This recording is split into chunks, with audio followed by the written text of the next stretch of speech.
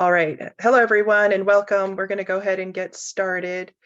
Welcome to the Summer Science Program 2023 admissions webinar. I'm Amy Belote, and I'm the Vice President of Operations for SSP. Also here with me today is Richard Bowden, who is the Executive Director, as well as several alumni from the 2022 SSP, and they're going to speak and introduce themselves a little bit later.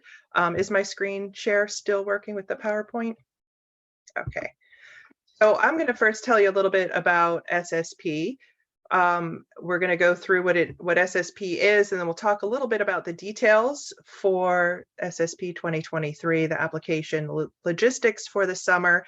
We'll hear about the alumni and their experiences, and then we should have plenty of time for you to ask questions.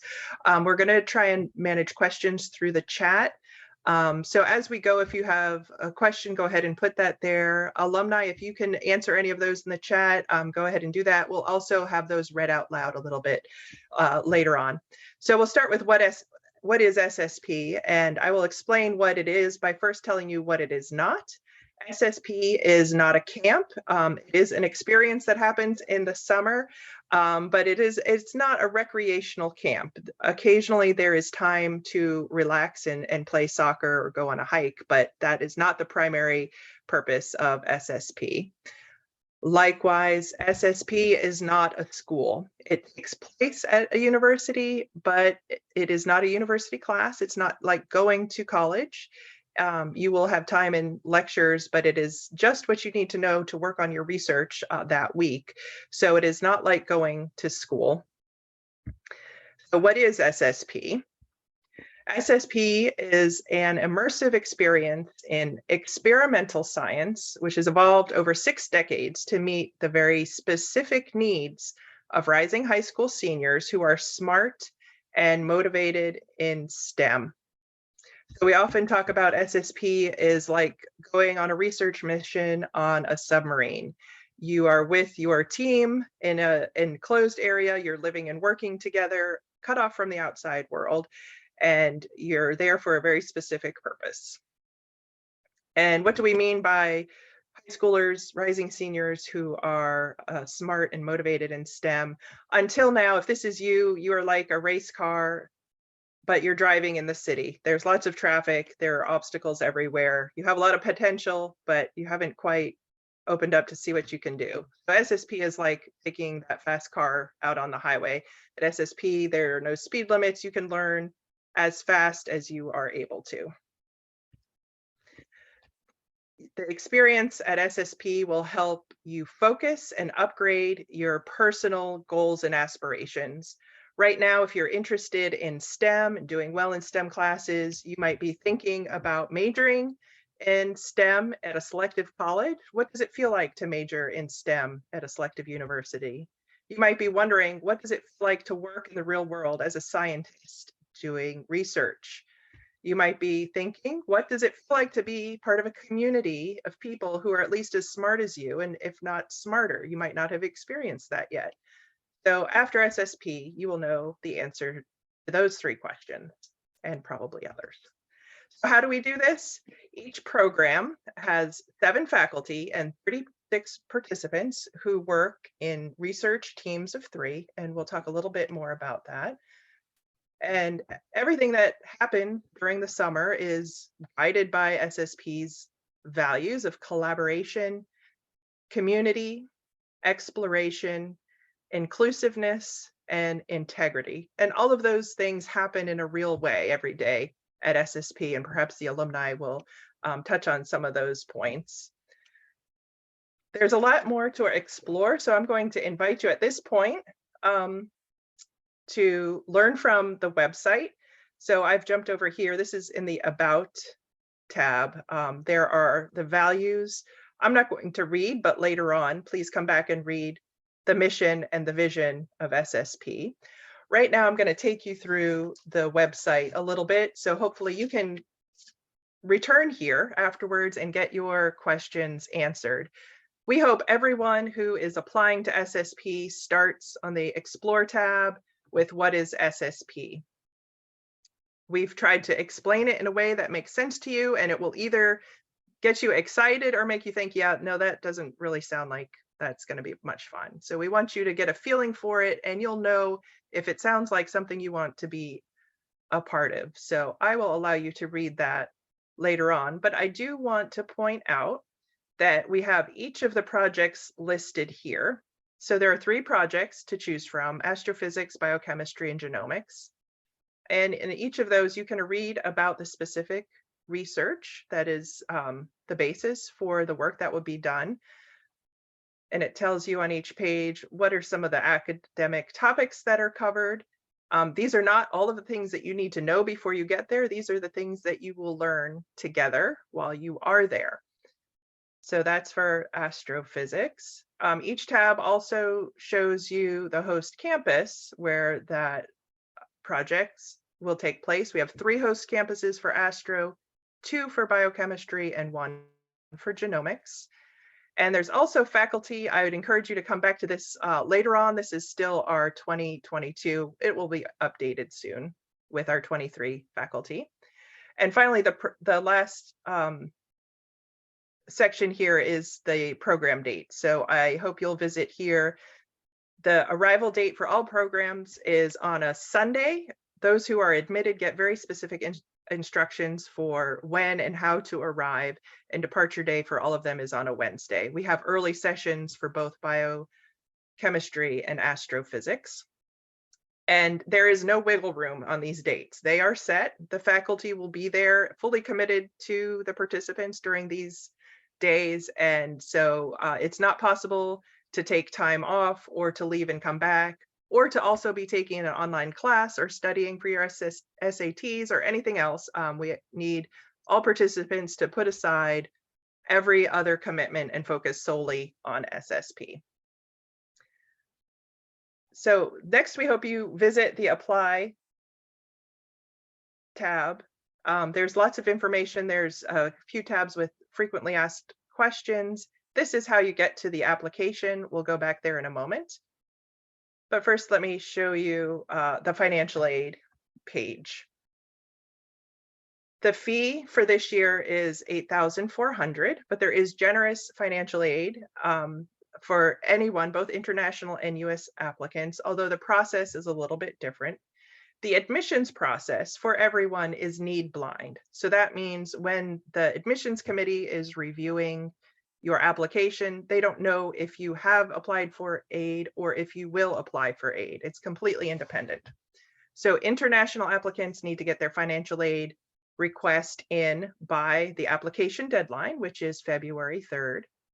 For US applicants, it's different. You wait until you have been offered a place at SSP, and at that time you will receive instructions for applying for financial aid. And let me just add, there are some guidelines here with income guidelines. These are not hard cutoffs. If you have extenuating circumstances, if you have unusual expenses related to caring for other relatives, healthcare, housing, childcare, anything like that, please describe those to the financial aid committee. They want to know those details and they will consider those situations. So these are not hard cutoffs. We encourage everyone to apply for aid. Last year, about half of the participants received some financial aid, and several received full financial aid, including airfare. All right, so let's go back now briefly to the application. This is the applicant portal. These are the sections. There are full instructions for all of these sections. We want you to read through and do those on your own, and not right now, but I do want to point out the application status page. This is where international registrants will have an opportunity to apply for aid. And it's also very important as we get close to the deadline. We have updates on this page, and this is the only way that you'll know that your application is complete. So visit here often as you complete parts of your application, and we will tell you when it's complete and if it's not, what you need to submit. Before I turn it over to the alumni, I'm just going to answer a couple of questions that came up as those of you who registered and put your questions in the registration. The admissions rate is about 10%, which sounds very low and it's scary, but don't let it scare you off. Every year there are many applicants who are surprised that they got in. They thought they had no shot in the world, but they would just give it a try, and lo and behold, they get in. And there's also many people every year who apply and are surprised that they didn't get in. So the type of review process, the review of applicants is a holistic review, meaning there is no specific cutoff for test scores or GPAs or a number of activities that you have to do or a number of competitions. Every person is different, every applicant is different, and those applications are read in whole and considered in context. So there is no specific number that you have to hit. We want to know about you, about what you like to do, about what you're curious about. And we can't learn that from your GPA or your test scores, although those are part of the application. It's important for you to tell us honestly about what you like to do in your short answers, and have your teachers or other recommenders tell us about you. So the whole application is important, and the reviewers do read every piece of it. I also do want to point out that the 3 research projects, you can apply to one only, but you can change which one that is. We hope you don't change it based on thinking about which is going to be easier to get into. We want you to choose a project based on what you would like to learn more about. Read the project descriptions, and the one that sounds more exciting is the one that you should apply to. We can't tell you the chances for any specific project. Also, it's a set research project. We don't have participants deciding on their own project once they get there. There was a question about whether participants can publish their work, and the answer is no, they can't, unless they work with the academic director and extend the project in some way, which rarely happens. It requires the agreement and the availability of the academic director, and also a plan for extending the work in some way that is publishable. But the work itself in the summer is not publishable on your own. You're working in a group, on a team, and the work you do is real research nevertheless, and it will show you exactly how researchers work. At this point, I'm going to turn it over to the alumni. They're each going to speak for a couple of minutes about their experience. James, why don't you go first? Yes, okay. Hi, everyone. I am James. I did genomics program last year. I was one of the first participants. And I'm going to go ahead and start with like something that surprised me at SSP.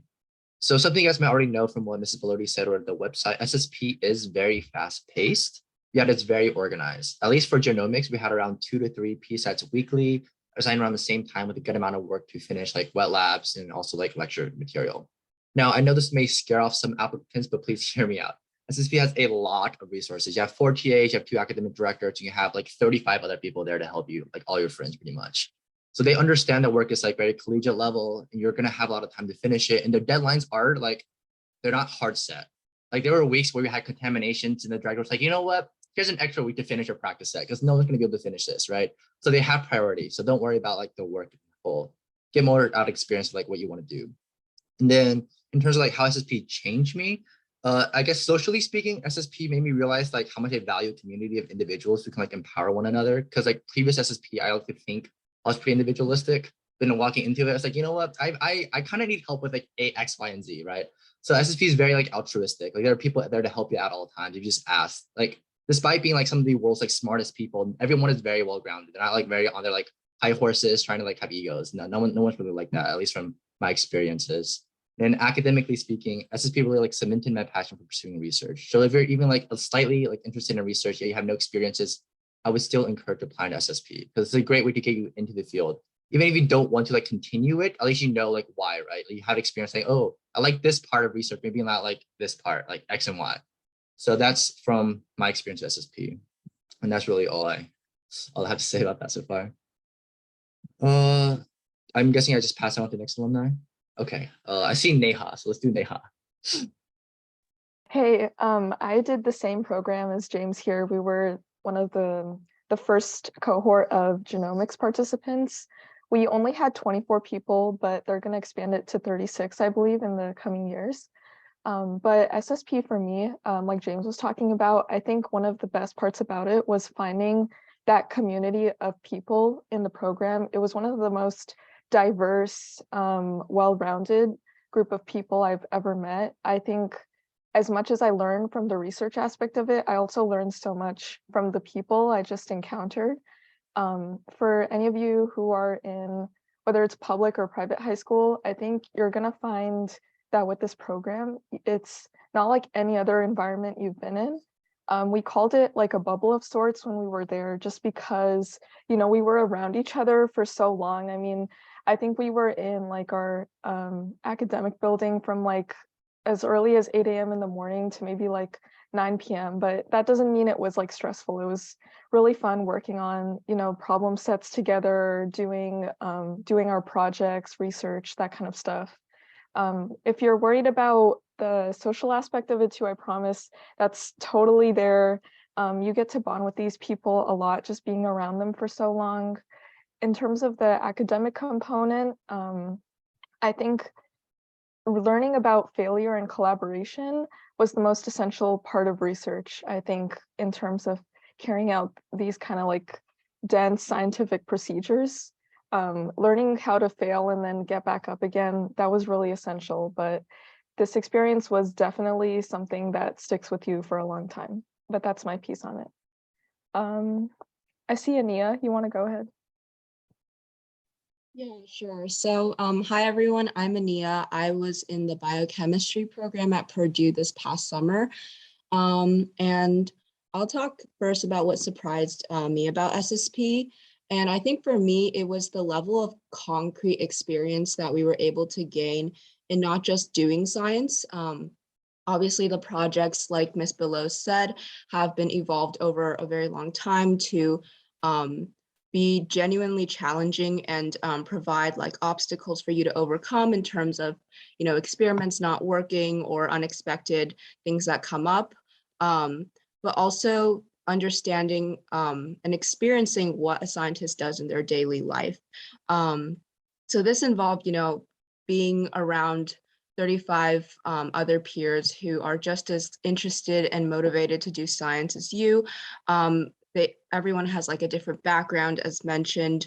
So, you know, my background was more in like biology. And when we got to the OChem unit, you know, I was asking for help from a lot of my fellow participants. And it was really nice to just be around this group of people so much, because you do really form bonds both within and outside of the lab.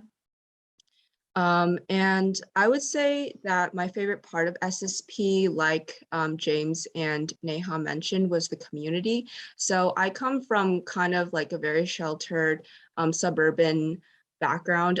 So going into SSP, you know, I had like very abstract kind of ideas of like what I guess life and educational experiences were like outside of my bubble. But after going to SSP and meeting everyone there, I gained a more concrete understanding of the diversity of science, research, and life experiences across the country and even the world. Dimitra, she was one of my fellow participants, and she's from Greece. So it was like really amazing meeting her and hearing all of her stories.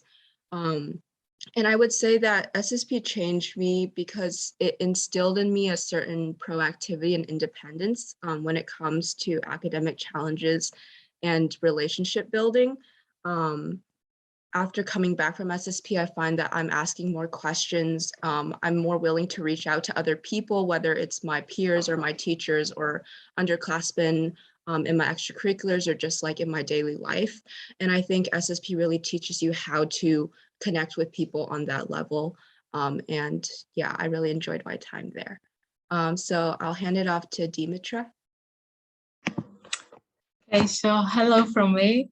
As Ania mentioned, I was an international applicant and I came to do the biochemistry program at Purdue, all the way from Greece. And when I first applied, I didn't really know how competitive and like intense SSP was. I had just read the description and felt like this is for me. Like, this is what I want to do. So a suggestion, don't be afraid and just like apply if you feel this is what you want to do. Regarding what surprised me when I first got there, it's it's the people. I was really surprised about like how friendly and willing to help us everybody was, both the staff and the rest of the participants. And that's like helped me to adjust easily there because okay, the program is intensive and it's challenging when it comes to academics, but you have all this such a supportive community, and like I never felt like I wasn't qualified enough to be there. So yeah, the people there are amazing. About the outcomes, how SSP changed me. When it comes to academics, I now feel better prepared to like study and go to university in the States. Also, the fact that I experienced research and learned like how to write academic writing helped me realize that I want to pursue a career in research and like pursue research while studying, while my undergraduate studies. So this is really nice. I discovered what I want to do. And I also discovered the environment I want to be in, which is, as I said before, challenging, but it has at the same time a very supportive community. And that's what SSP was. And when it comes to personal outcomes, I definitely built lifelong friendships with so many like of the rest of the participants. And SSP is really a community that lasts for a lifetime. So that's from me. And I'll hand it to Matteo, talk about Astro. Thank you. Thanks, Dimitra. Hi, everyone. I'm Matteo. I'm a participant from the New Mexico Tech campus, and I did astrophysics last year. Personally, the thing that surprised me about SSP was the degree of rigor it involves. Of course, on the website and in the webinar, you get to know that SSP is a very difficult program. It's challenging. It forces you to use everything you have to accomplish the tasks ahead of you. And while I understood this going into the program, I don't think I really comprehended how difficult it would be until I got there. The metaphor that was used by our TAs and by the program administrators was that learning at SSP is kind of like drinking water from a fire hose. You can't get everything, so you have to try and get as much information as you can and then see what you can do with that afterwards. And while I understood this, I don't think I really figured out how much I would need to collaborate and how much I would have to put in until it was 11 p.m., an hour before the first problem set was due, and I'd only finished 2 out of the 6 problems. And at that point, I realized, oh, wow, this is harder than anything I've ever done before. But at the same time, that's what's so thrilling about SSP. You get put into a position where you're faced with challenges you've never attempted before, with information that you might not fully understand, but you have to still use to figure out any obstacles that you're facing. And so this leads me into my next point about my favorite part of SSP is the level of collaboration that you get involved in. At SSP, you're joined by 35 other participants who are just as driven and curious and excited to be there as you are. And when I was at SSP, I met all these people who had just amazing skills, people who were incredible with astronomy, with physics, with coding. And what really excited me about SSP was that none of these people were cutthroat or competitive. We were all working together. It was a really collaborative environment where you got to work together to solve all these problems ahead of you. I don't think I could have solved any or very few of the problems in our problem sets or in our overall research project had I not worked together with my individual group and everybody there. SSP is really a group effort where you learn to work together with people who you can really communicate with and feel that you're on the same level or of the same mindset. And these people become your friends that you get to be with for the rest of your life. Overall, after SSP, I found that in school and in general, things felt a bit easier. But after thinking about it, I don't believe that it is things just naturally got easier for me. It's that SSP prepared me for levels of difficulty that I would face in the future. And I think one of the greatest takeaways from SSP is that you find out how prepared and how capable you are for taking on challenges. and you learn how to approach them with a different perspective or with other people's perspectives so that you can take on different obstacles that before you couldn't face. So now I'm going to pass it over to my friend Ryan. Can everyone hear me? Yeah. Okay. Yeah. Yeah. I did astrophysics this year at NMT. Yeah, and I was an international applicant. And yeah, well, what I found really interesting about SSP was the level of collaboration it taught me. So it taught me. So yeah. So I've been yeah, I've solved quite a few physics and maths problems in the past, but I usually did that independently. And what SSP taught me was how it's so much more valuable doing research and solving problems with other people and learning to gain their skills and insights, which I previously rarely did. So that was one thing that SSP taught me, which was really valuable. I think yeah, I think another thing SSP taught me, which was really beneficial, was the level of independency that it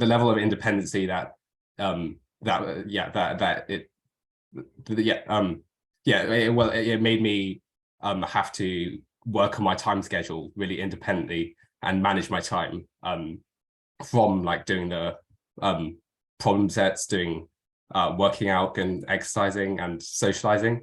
Yeah, and it taught me how to manage my time effectively, not just doing the work that was set by professors, but schoolwork and studying, for example. And I found that really useful.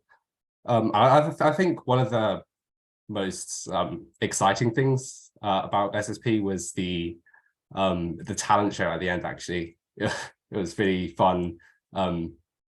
Yeah, seeing everyone's special skills and the jokes they made in the show. Yeah, and just getting to know everyone as people.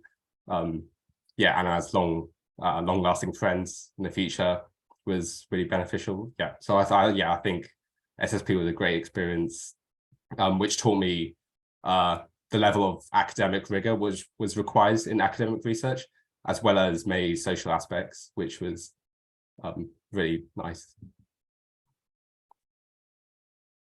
Yeah, so All right. yeah, questions.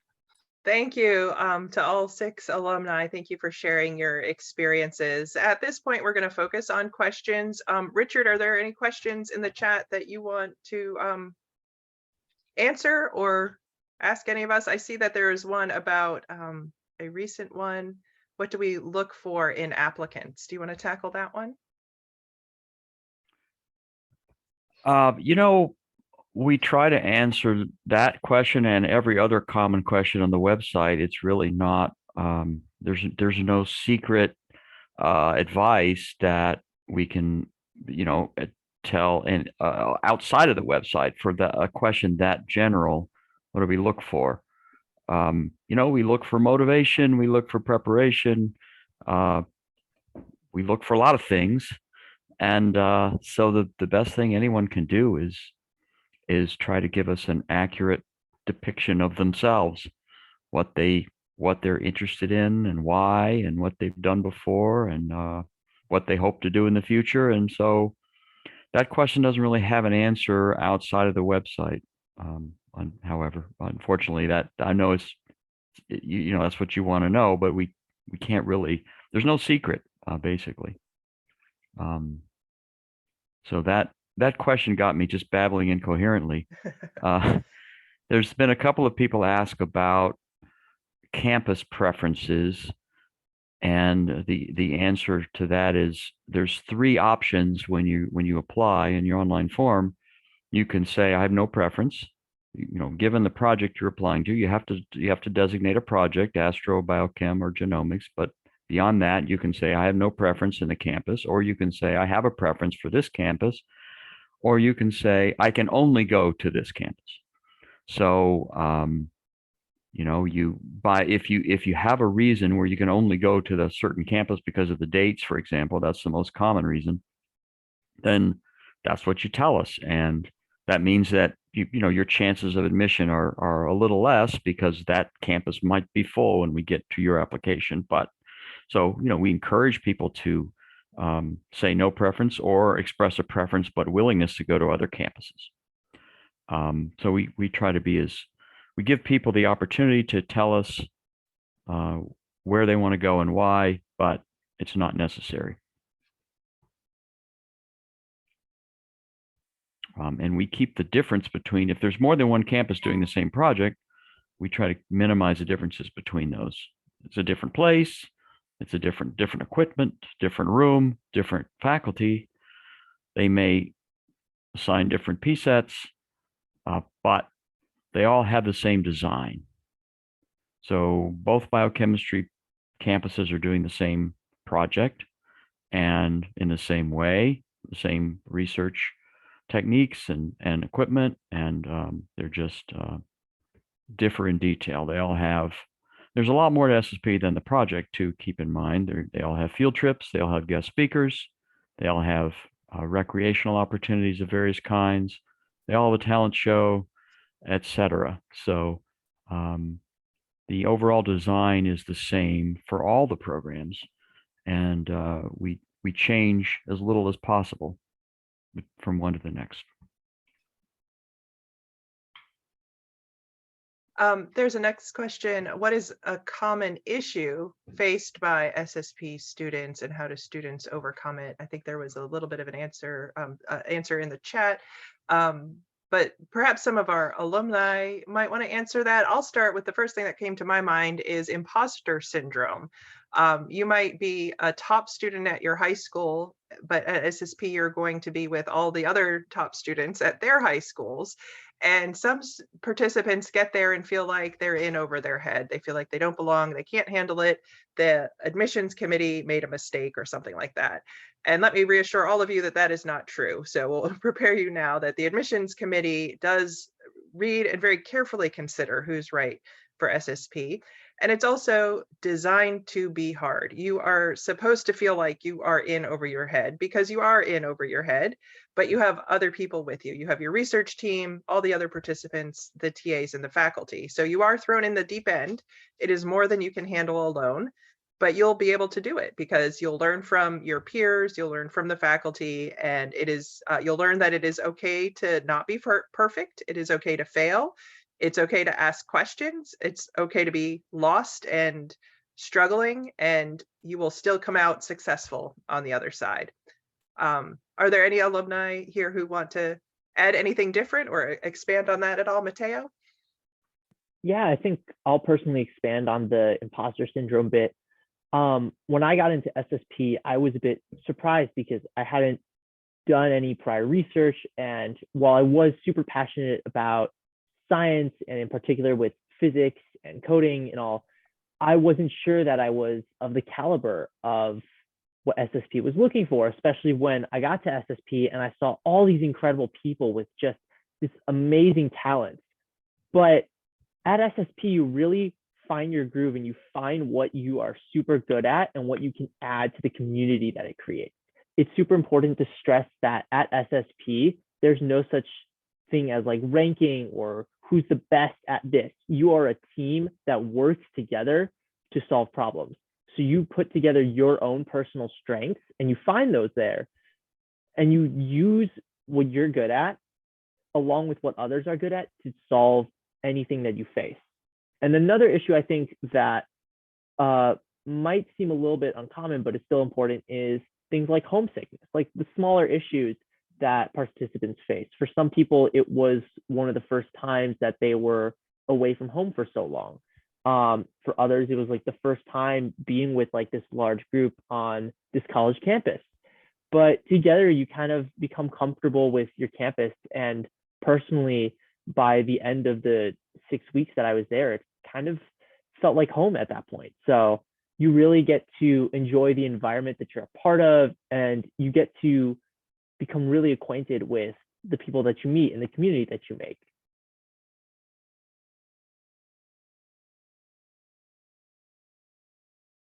There was a question in the chat from an international applicant or prospective applicant directed to the other international applicants about how do you balance your school commitments if you do not have school break at the time that SSP is taking place. How do you handle that?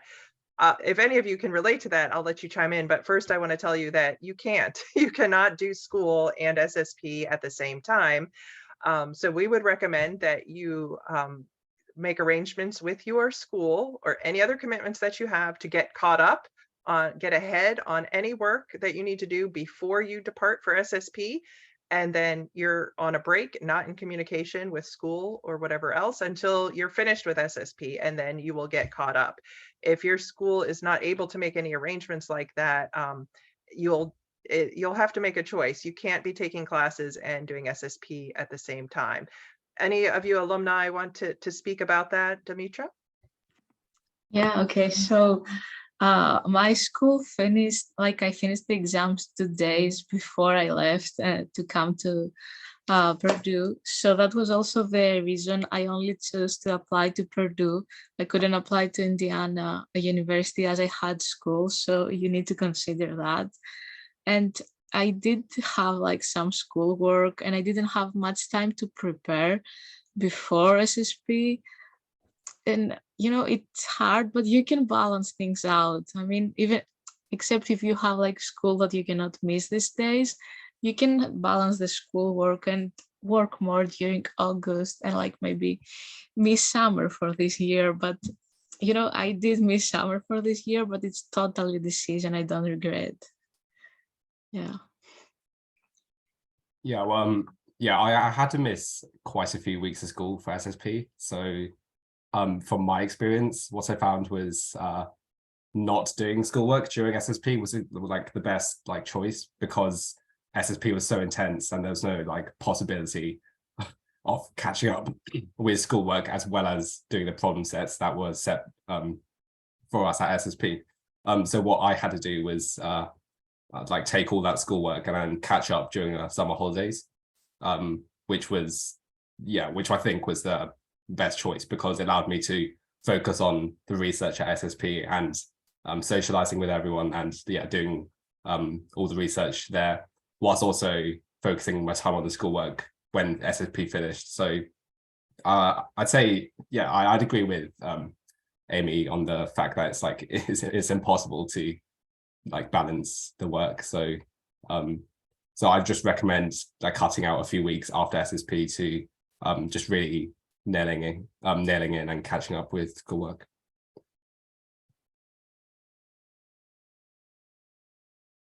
All right, there was a question in the chat about, which has been answered in the chat, but I'll just say it as well for everyone, about talking about non-STEM things in your application. Yes, that is allowed. You can talk about whatever you want, really. There are no rules. You answer the questions in the way that makes sense for you. We understand that people who are interested in STEM are also interested in other things. So if you do other things that are not in STEM, if you're into art or theater or music or sports or drama or whatever it might be, that's okay. That makes you a whole person. You're allowed to do things other than math and science and still get in. And when you get to SSP, all the participants realize what interesting hobbies and interests and those little niche things that people know about among their peers. It doesn't have to be all science all the time, and your application is a reflection of you. So if you have a hobby that is not in STEM, it is completely okay to talk about that. But if you don't have hobbies outside of STEM, that's okay too. If you're laser focused on just one or two things, that's okay. It's where the application is not meant to craft you into a specific kind of person. The application is for you to tell us what kind of person you are. You don't need to mold yourself into what you think an SSP person looks like. We want you to just tell us who you really are.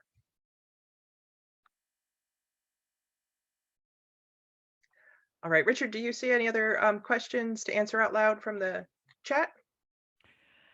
Yes, a number of questions along the lines of, is it okay if I only have this or I don't have that?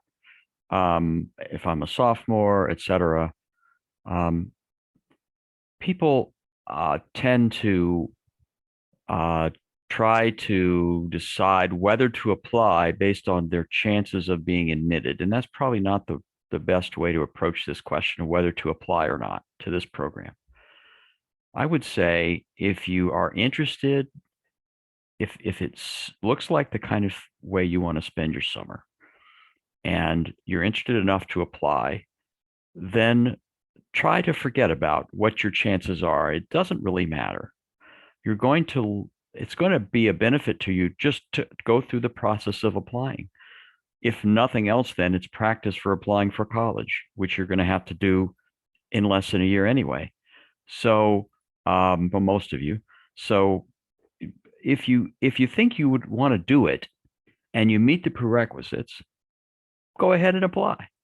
And don't worry too much about what are my chances, even though I don't have calculus, or even though I'm this or I'm not that. It's something that you just throw out there and just wait, see what happens. Maybe you'll get in. Maybe you won't. Either way, it's okay.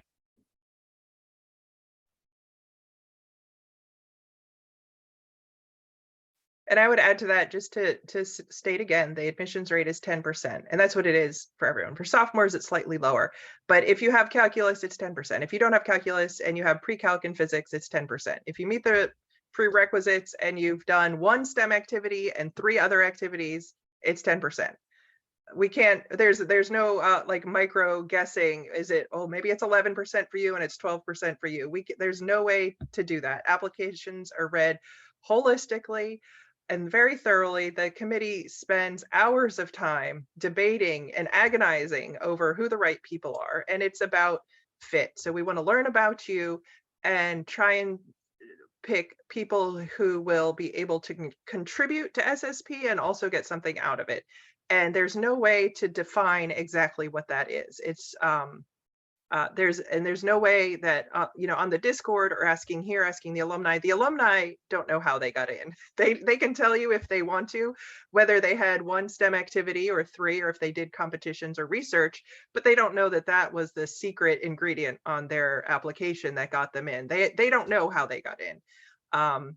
And we don't read, I don't read every single application. I read very, very, very few of them. The admissions committee is someone that you will not have the opportunity to ask that question of. So you just have to trust that there's a group of real people out there who will be reading what you submit and looking at all of that evidence that you provide about what kind of person you are. And they're, humans who care about young people, and they care about science, and they care about SSP. So they're trying to make a good choice, and they do put a lot of effort into that. And there's no way for us to know if your chances are slightly more or less than 10%.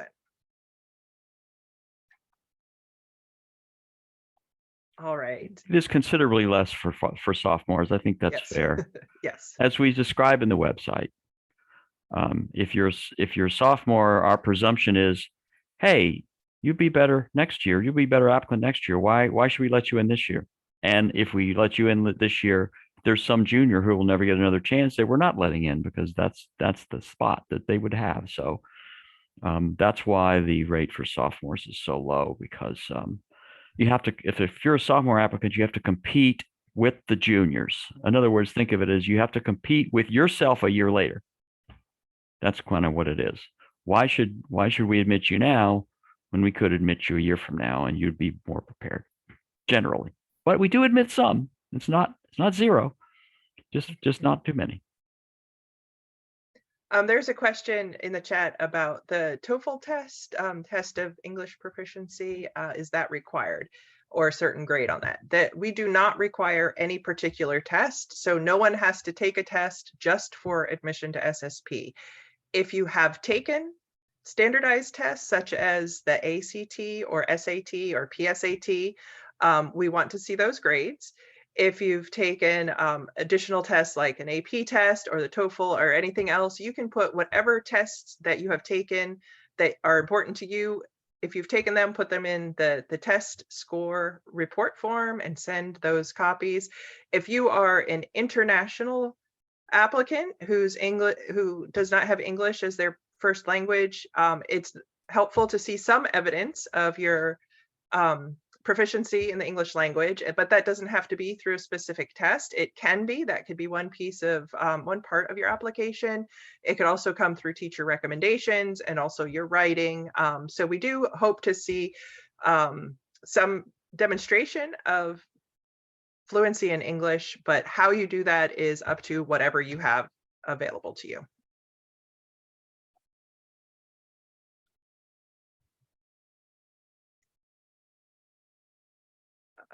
Just going through the chat to see if there are any new questions. Richard or any of our alumni, do you see anything new that we should address out loud? Mateo?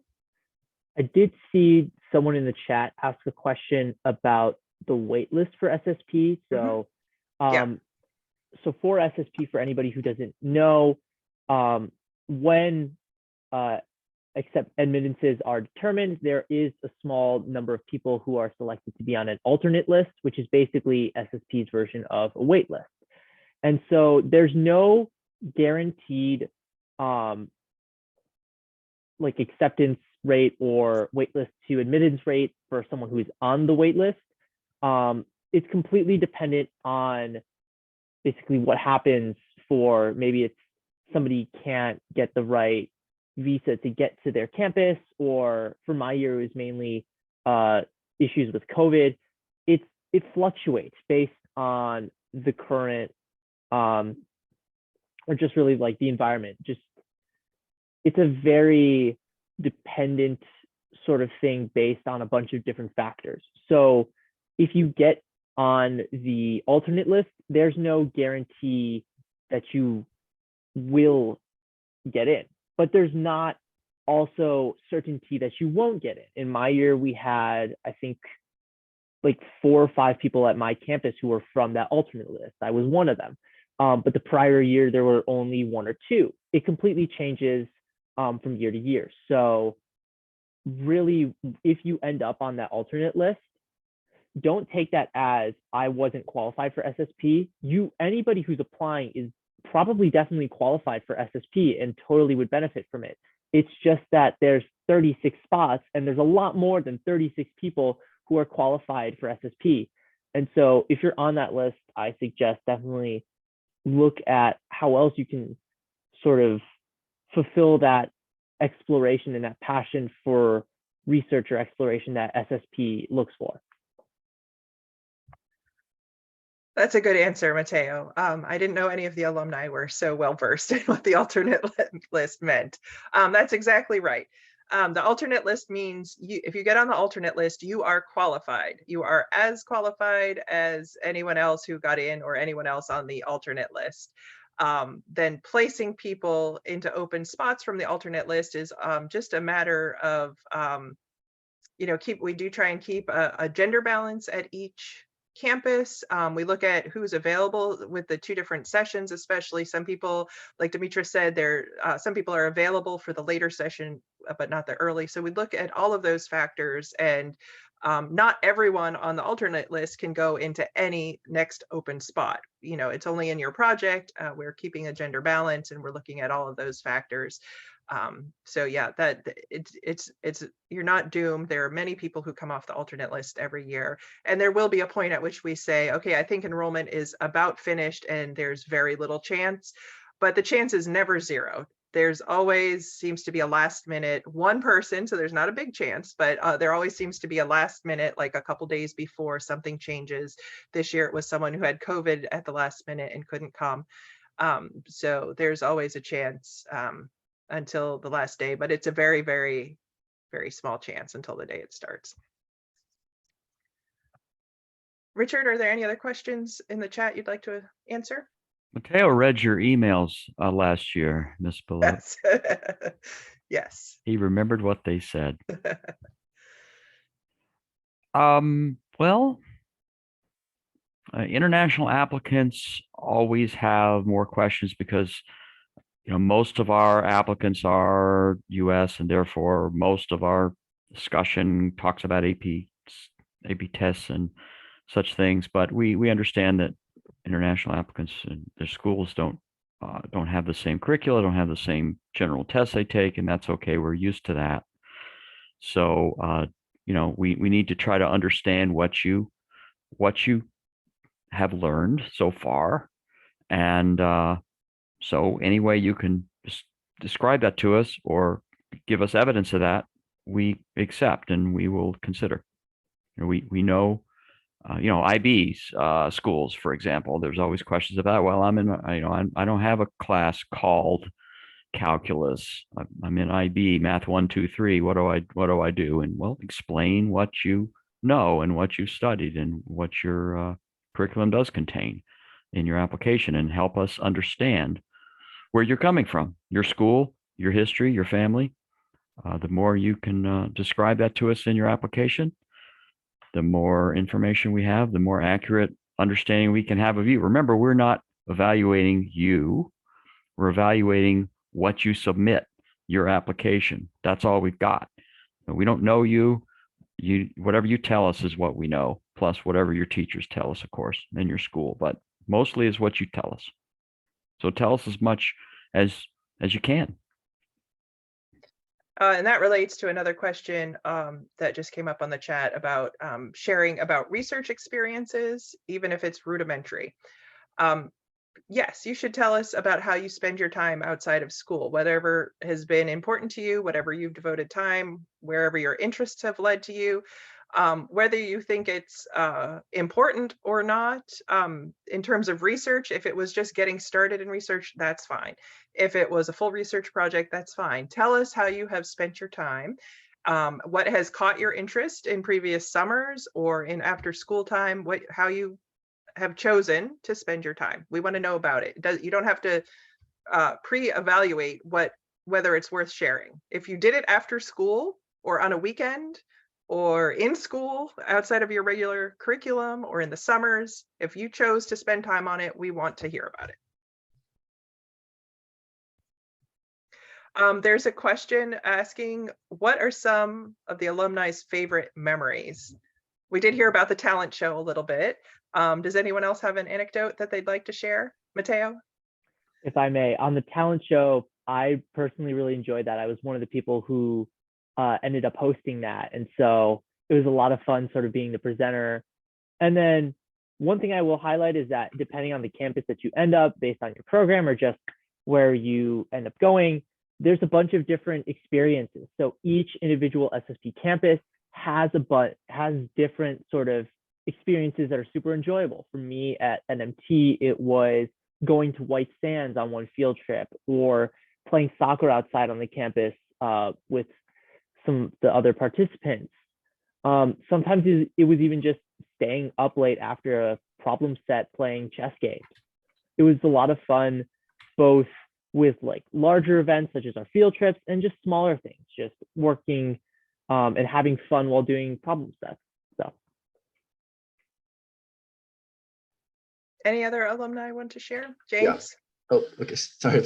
Okay, I'll build on that. At least for genomics, because we had 24 people, we were very tight knit. I think within the first 2 days, everyone's kind of like clicked, right? So like, yeah, also with genomics, with how many like wet lab procedures we had to do, and also because the first year we had contaminations, we had errors. And because of such like late nights, even like with each other, despite having contamination, we'll have like Taylor Swift playing in the background, a presenter. We'll have everyone doing like nano drops, and then we'll be singing after doing like certain stuff as we're waiting on our protocols. So like even as memories as that, not even just like field trips or going out, even like within your lab groups and outside your lab group, you start forming like really tight knit bonds. And then on Sundays, usually for Sundays for SSPers, we don't really have like anything set in stone.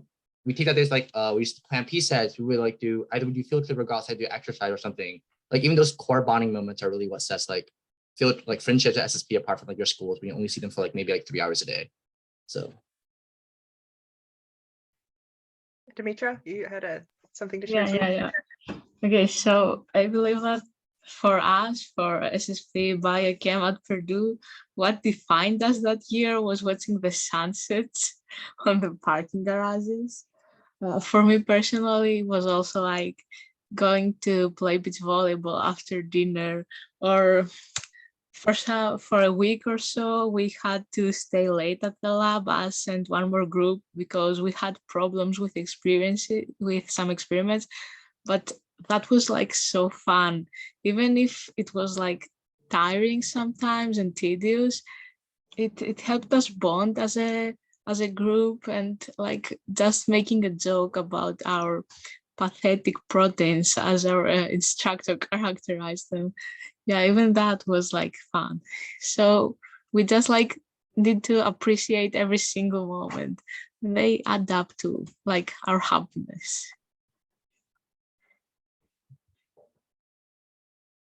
All right, Richard, do you see any other last question or two that we could answer before the top of the hour? Deb asked about other programs, and I posted in the chat a link to the webpage that we have where we have suggestions for both specific programs and places that have lists of programs. There's also, I'm not active here. I don't monitor it. We have nothing to do with it, but I have heard that there is on Reddit, you can find comparisons of summer activities. And so you can get information from other people. We do have a Discord, which is not for discussing what all of your options are. It's just for about summer science program. If you're not on the Discord, we invite you to join there. I'm going to put the link in the chat if you're not there. You can chat with these alumni and others who are there. I think we have about, I don't know, a lot of alumni, 50 or so there. And so you're bound to find someone who can answer your question. I'm also there monitoring questions to staff. So join us there. I think we're at the top of the hour, so we will wrap up. If you have additional questions that are specific to how to your application, you can email admissions@ssp.org. For just general questions and getting a sense of SSP, please join us on Discord. And we're going to wrap this up now. We will post the or make available this recording. If you didn't see the whole thing, there are several people who joined late. So if you missed the beginning, you'll be able to watch the recording later. Thank you again to all of our alumni. You did a great job sharing your insight into SSP and sharing your experience. So thank you. We've got a request for the Discord link. Oh, did I not put that there? Here it is again. Okay, I didn't see it. In the chat, there it is. Also on the website. So I hope all of you will visit the website now that you've had a little tour. Under the how to apply, you'll see there's a link to follow SSP on Instagram, join the Discord. There's also, we have a YouTube channel. You can watch videos from past participants and hear their advice to you in the application process. So I hope you explore all of those opportunities to learn more. And thank you all for coming. Thank you so much. Have a great day. Thank you. Thank you very much.